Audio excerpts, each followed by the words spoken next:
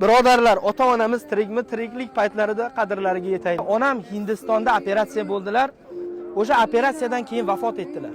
Meni boshimga tushgan narsani hech kimni, dushmanimga ham ravo ko'rmayman, chunki eng yaqin insoni onada. Onani mayitini grobga solib, samolyotga yuklab, kargodan olib borib ko'mishtaqa, buni musibat bo'lmasa kerak, vallohu alam. Onam o'sha Hindistonga olib borganimda bitta kattakon savdo markaz bo'ladi. U yerda savdo markazlarida bilamiz, narsalar qimmat bo'ladi. Popkorn so'raydilarda, onam, o'g'lim mana shu popkorn yegim kelyapti. Qarasam bir 2 barobar boshqa joylardan sal qimmatroq. Ona, sal qimmat ekan, qo'ying shu narsani keyin olaylik. Xo'p dedilar onam. Xo'p dedilar. Operatsiya bo'ldilarda o'tib qoldilar.